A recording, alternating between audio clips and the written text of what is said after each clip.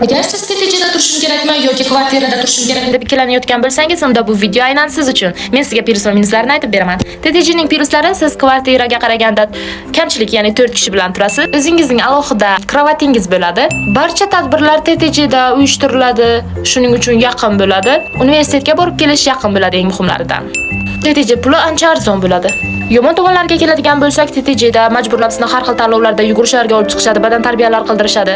Xohlamagan tadbirlaringizga ham TTJdagilar borish kerak deyilgan gaplar bo'ladi. Maza qilib uxlayotganingizda psixolog kelibdi, ko'rishishingiz kerak, suhbat bo'ladi deb uyqungizdan turg'izishadi. 8 yoki 9 belgilangan vaqtdan keyin umuman tashqariga chiqa olmaysiz. Albatta, общий штат deyilgandek hamma narsa umumiy bo'ladi. Uborkalarni aytmasa ham bo'ladi, barchasini o'zingiz qilasiz. Xullas, shularni eslay oldim.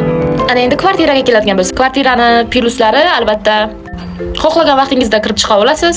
Sizni ko'pchilik bezovta qilmaydi. Tadbirlarga xohlasangiz borasiz yoki yo'q. Shovqin ham qilish mumkin, svetni bu vaqtda o'chir degan gaplar bo'lmaydi. Minuslarga keladigan bo'lsak, kvartirada bir xonada ko'pchilik bilan turishingizga to'g'ri keladi. Puli ham ancha qimmat bo'ladi. TTJdan farqli anaqa yotadigan narsa bo'lmaydi-da. Esimdan chiqdi. Xullas, qaysi birini tanlashingiz o'zingizning xohishingiz. Ikkalasida ham yotib turgan inson sifatida sizlarga maslahat berib aytamanki, uyingizdan qatnaganingiz ming marta yaxshiroq. Albatta qiynalasiz, lekin yaxshiroq.